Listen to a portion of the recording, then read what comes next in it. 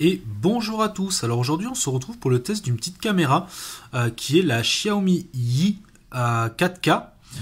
Donc c'est fabriqué donc par la société Xiaomi si vous préférez, qui est assez connue pour le moment pour ses téléphones.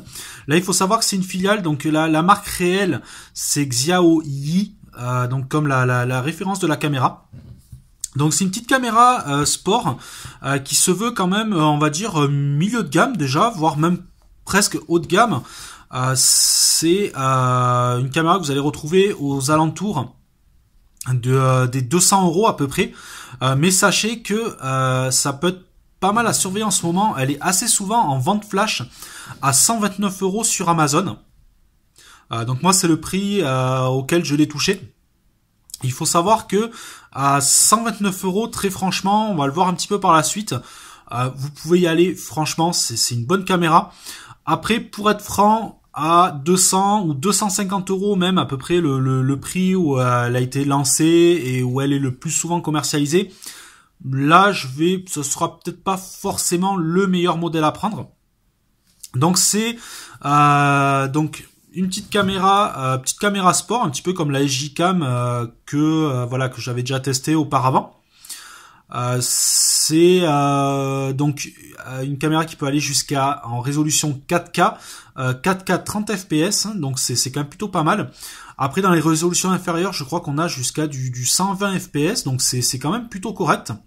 À savoir quand même que pour profiter de la 4K, il faudra une carte mémoire, donc une micro SD de plutôt bonne qualité, une classe 10 minimum. Moi là actuellement par exemple, voilà, j'ai pas pu vraiment encore essayer la 4K parce que j'ai une carte mémoire, on va dire plutôt standard, c'est une classe 6 je crois, et tout simplement quand on lance une vidéo en 4K, il le met qu'elle a vraiment pas assez de rapidité. Donc caméra de plutôt bonne qualité. Après à savoir, et ça je trouve que c'est vraiment dommage pour ce prix là, vous n'allez recevoir vraiment que la caméra et sa batterie et son câble USB, c'est tout. Vous n'aurez pas de caisson étanche, ça sera en option. Donc ça, c'est vraiment dommage. C'est pour ça que je vous ai dit, voilà, au-delà à 200 € ou plus, je trouve que là, c'est un gros handicap de pas avoir déjà le petit boîtier étanche et au moins un minimum d'accessoires. Bon, à savoir que vous avez quand même le petit pas de vis standard pour les appareils photo. Donc ça, c'est plutôt pas mal. Moi, c'est pour ça que je me suis dirigé sur ce modèle-là. En fait, c'est une petite caméra que j'ai pris en remplacement de ma SJ-Cam, tout simplement pour les vidéos que je vous fais comme ça ici sur établi, ou comme je vous ai dit, maintenant ça va être des vidéos un petit peu plus à l'arrache. Et je voulais arrêter là. Pour l'instant, je fais avec mon téléphone, mais très clairement, je voulais quand même quelque chose d'un petit peu plus propre. Et écoutez, je suis pas déçu au niveau de la qualité vidéo. C'est quand même une caméra qui a une assez bonne qualité vidéo. On va retrouver donc pour les réglages, vous avez qu'un seul bouton physique qui est pour l'allumer, l'éteindre ou lancer la vidéo. Après ça, on va être sur de l'écran tactile. Un écran tactile qui réagit vraiment très bien. C'est vraiment comme un bon smartphone. Même si l'écran est petit, vous avez vraiment pas de mal à naviguer dedans. Au niveau des réglages, on a quelque chose quand même qui est plutôt correct. Là, on peut voir par exemple, donc moi je l'utilise pour l'instant c'est la résolution qui me plaît le plus, c'est le 1080 Ultra. Donc je sais pas commercialement, enfin techniquement ce qu'apporte le Ultra. Ce qui est très clair par contre, c'est qu'en basse luminosité, la différence entre le mode 1080 standard et le 1080 Ultra est juste énorme. C'est vraiment deux qualités de vidéo totalement différentes. Donc ce qu'on fera, c'est qu'en fin de vidéo, je filmerai tout simplement avec celle-là. Vous pourrez voir un petit peu la qualité du micro, tout ça. À savoir que de toute façon, la plupart de mes vidéos maintenant vont être filmées avec, parce que voilà, c'est quand même une caméra qui est plutôt pratique, une qualité qui est plutôt correcte. Bon, à savoir que ça reste quand même un angle de 170 degrés, donc vous aurez quand même l'effet un peu fisheye dessus. Donc c'est vrai que c'est pas forcément adapté sur le type de vidéo que je vais faire avec. Mais bon, moi je cherchais vraiment quelque chose de pratique à utiliser. Une petite caméra pratique, légère, qui a une bonne autonomie, pour plus avoir à utiliser mon réflexe, comme je vous ai dit, comme le format de vidéo va fortement changer. C'était, on va dire, la caméra la plus adaptée, c'est-à-dire j'ai juste vraiment à la sortir, l'allumer, lancer la vidéo, un peu comme je faisais avec mon portable, mais vraiment sur un appareil dédié. L'angle fait que finalement, j'aurais pas trop de problèmes pour la disposer, parce qu'il suffit qu'elle soit assez près, on peut le voir, à peine je recule déjà. Si on compare, voilà, là je l'ai à peu près à distance égale, on voit quand même que je couvre pas mal par rapport à mon téléphone qui lui, vous voyez, on est vraiment centré ici, donc il y a un angle quand même qui est plutôt important. Au niveau qualité, écoutez, c'est vraiment très correct, hein. J'ai rien à en dire. Même au niveau micro, par exemple, c'est le gros souci que j'avais sur la SJ-Cam. La petite SJ-Cam, le problème que j'avais, c'est que le micro, même qu'elle soit en dehors du caisson étanche, on n'entendait rien. Là, c'est propre, bon, même si le son n'est pas exceptionnel. Donc écoutez, ce qu'on va faire, c'est que pour finir un petit peu cette vidéo, après je vous ferai plusieurs vidéos de test avec les différents modes, la 4K, tout ça, dès que j'aurai reçu une carte mémoire, on va dire un petit peu plus costaud. Là, ce que je vais faire, tout simplement, c'est que je vais basculer dessus pour finir un petit peu cette vidéo et donc vous donner un peu plus d'avis dessus. Voilà, donc là on se retrouve sur la caméra, donc la i4K. Au niveau des réglages, actuellement je suis en 1080p Ultra en 25 fps. Donc le 1080, la fonction Ultra de cette caméra, je trouve que ça y joue vraiment pas mal. On peut pas avoir des fonctions comme la fonction low light de la caméra ou autre, mais j'ai l'impression que la qualité est bien meilleure. Si je prends pas le 1080 Ultra, par exemple, dans des conditions de lumière comme ici, il faut savoir que là j'ai juste un éclairage néon, c'est quand même pas super bien éclairé. J'ai un paravent juste derrière qui coupe un peu la lumière. Si j'ai pas le Ultra, j'ai une image qui se retrouve très bruitée. Donc là, ça permet d'avoir quelque chose de correct. À savoir quand même qu'en basse luminosité, là vous pourrez le voir, vous n'aurez pas par rapport par exemple à la SJ-Cam. La SJ-Cam dans les mêmes conditions en fait. J'ai une image qui est totalement bruitée, c'est vraiment vilain. Là, elle sort quelque chose de pas trop mal. Au niveau des réglages, après, je suis resté tout en automatique. J'utilise les couleurs de la marque. Il faut savoir que vous avez deux configurations de couleurs, la configuration neutre et la configuration Y, donc YI, qui est une configuration un petit peu maison que je trouve plutôt pas mal. J'ai l'impression, alors après, il faudra quand même que je refasse des tests, j'ai l'impression qu'elle bouffe un petit peu en netteté, mais la qualité couleur est plutôt pas mal. Après, on aura quand même la possibilité, donc comme je l'utilise là, donc ça va vous faire une image un petit peu bizarre, hop, mais d'utiliser l'application de téléphone pour avoir le retour et la commander à distance. Donc c'est pareil que sur la SJ-Cam. Et ça va devenir indispensable étant donné que si vous voulez l'utiliser en caméra sport, étant donné que c'est un écran tactile, si vous l'avez dans le caisson, vous n'aurez pas d'autre choix que passer par le Wi-Fi. Donc là, vous avez quand même accès à tout, hein, vous avez accès à tous les paramètres. Voilà, je ne sais pas si je vais pouvoir le faire en vidéo. Non, je ne vais pas pouvoir vous le montrer en vidéo, tant qu'elle est en vidéo, il me sécurise. Mais bon, j'ai accès vraiment à la totalité des réglages de l'appareil à distance via Wi-Fi. Ça se connecte plutôt facilement. Vous n'avez pas à aller dans vos paramètres Wi-Fi ou autre, c'est l'application qui va chercher la caméra. En fait, du moment où vous ouvrez l'application, vous lui dites quel modèle vous avez. Elle va activer le Wi-Fi du téléphone, retrouver la caméra toute seule. Vous n'avez pas besoin d'aller dans le Wi-Fi ou autre. Vous avez juste à chaque fois à ouvrir l'application, cliquer sur la caméra et ça se connecte de suite. À ça, ils ont rajouté pas mal de petites options, en plus des commandes, on va dire un genre de petit réseau où vous pouvez partager des vidéos, parce qu'il faut savoir que vous pouvez lancer des lives directement avec.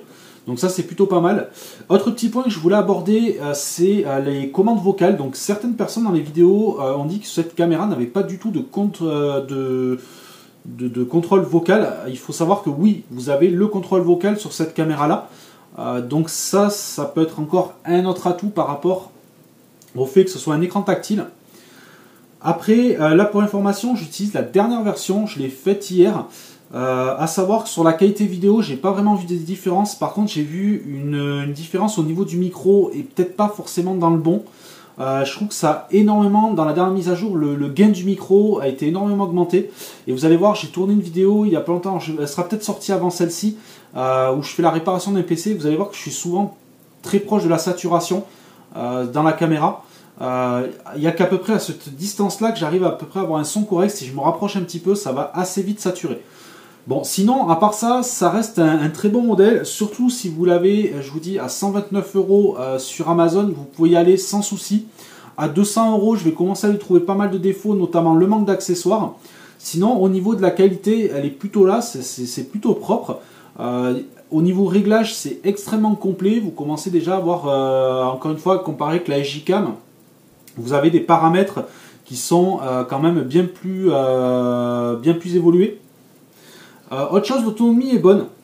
Moi, clairement, je l'ai déjà pas mal utilisé, que ce soit pour les réglages vidéo, que ce soit l'autre jour, comme je vous dis, je vous ai fait une vidéo sur un PC où je l'ai utilisé et j'ai quand même tenu un bon moment. Là, il me reste encore 65% de batterie dessus, alors que j'ai déjà tourné, on va dire, à peu près 20-30 minutes de vidéo avec. J'ai fait ma carte mémoire complète. Ça aussi, la carte mémoire, donc je vous l'ai dit je crois en début de vidéo, mais faites très attention à prendre une carte mémoire au moins de classe 10 d'assez bonne gamme, sinon vous ne pourrez pas utiliser la 4K. Moi c'est le cas actuellement avec je crois que c'est une classe 6, enfin une Kingston, bon 8 Go, un petit peu ancienne.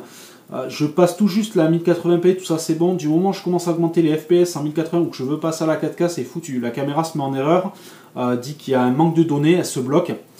Donc pour ça, voilà, je vais recevoir une carte mémoire en fin de semaine et je pourrai vous tester, vous faire des petites séquences en 4K. Comme la SJ Cam, je vous ferai ça en plusieurs vidéos. Vous aurez voilà, des vidéos de temps en temps qui seront postées avec, voilà, peut-être que j'irai refaire un comparatif avec l'autre. Je vous avais fait une vidéo en voiture, je referai peut-être la même avec celle-là. On verra, je vous ferai un petit test 4K, mais bon, voilà, ça viendra au fil des vidéos. Je ne vais pas faire une vidéo générale, donc de temps en temps, vous aurez des vidéos tests de cette caméra qui tombe au milieu, et de toute façon, ça va être ma caméra, on va dire, principale. C'est pour ça que je l'ai pris, parce qu'elle est plutôt pratique pour ça. Elle est petite, elle a une bonne autonomie, c'est super pratique à utiliser. Donc pour ça, c'est pas mal. Petit point négatif par contre, c'est au niveau de l'application. Là, je le vois, j'ai le retour en direct sur le téléphone. Ça saccade plutôt pas mal, c'est pas très fluide. Il me semble que la SJ Cam était, on va dire, avait un retour vidéo peut-être un petit peu mieux que ça. Par contre, bon, on a quand même toutes les infos nécessaires, le temps, la batterie restante, toutes les commandes. Donc ça, c'est plutôt pas mal. Donc bonne caméra dans l'ensemble. Juste à savoir, voilà, il n'y a pas d'accessoires fournis avec, donc prévoyez. Après, il faut savoir que comme sur toutes les marques, comme sur GoPro, tout ça, vous avez déjà des marques génériques qui se sont lancées, donc vous pouvez trouver des boîtiers étanches, je crois, à partir de 14-15 €. Vous n'êtes pas obligé d'acheter l'original qui est pas loin des 40 €. Donc ça déjà c'est pas mal. Et après du moment où vous avez le caisson, en fait tout simplement vous allez vous retrouver avec le même type d'embrochage, c'est-à-dire les trois petites dents comme ça, comme sur une GoPro ou une SJ Cam. Et là vous pourrez acheter des lots d'accessoires pas chers. Moi je vais récupérer sur une SJ Cam. Après, quand je vous dis, je pense pas prendre trop d'accessoires, étant donné que je vais m'en servir principalement sur un petit GorillaPod, et comme elle a la vis déjà intégrée, ça devrait suffire. Juste après le micro à voir peut-être, parce que c'est vrai que cette saturation pose problème. Donc soit tout simplement je reviendrai sur une ancienne version, parce que c'est vrai que je trouvais le micro un peu mieux sur l'ancienne version. Soit je verrai, parce que je crois qu'on peut y adapter des micros directement via le port USB. Je ne sais pas si je l'ai dit, pas de port HDMI sur cette caméra là, vous avez seulement le micro USB. Et donc voilà un petit peu. Donc ça reste quand même un bon petit modèle, je vous dis 4K 30 fps, donc c'est pas mal. Capteur Sony 12 mégapixels, donc caméra quand même de très bonne qualité. Je suis pas trop déçu. Après c'est sûr que à son prix normal, je crois qu'elle tourne aux alentours de 250 €. Là par contre, ouais, le manque d'accessoires peut-être m'aurait un petit peu déçu. Là c'est vrai qu'à 129 € par contre, surveillez, il y a souvent la vente flash, et là ça vaut très clairement le coup. Donc voilà, je reviendrai un petit peu dessus dans différentes vidéos. Ça sera peut-être juste des vidéos postées comme ça, il n'y aura peut-être pas de commentaires ou autre, ça sera juste des petits tests vidéo que je ferai un petit peu au fur et à mesure comme ça, et que je vous posterai. Et donc voilà un petit peu pour cette Xiaomi donc 4K. Donc pour faire un bilan, c'est une bonne caméra. Vous pouvez la comparer à une GoPro Hero 4, franchement c'est à peu près la même qualité. Elle est légèrement en dessous de la dernière GoPro, mais on est quand même beaucoup moins cher. Donc encore une fois, à chaque fois qu'on présente ces caméras là, est-ce que c'est une bonne alternative à GoPro? Pour celle-ci, je vais vous dire oui. Pour la SJ Cam, un peu moins. Il faut savoir que la SJ Cam avait une bonne qualité, mais ça reste quand même, on va dire, assez bas de gamme, la SJ4000.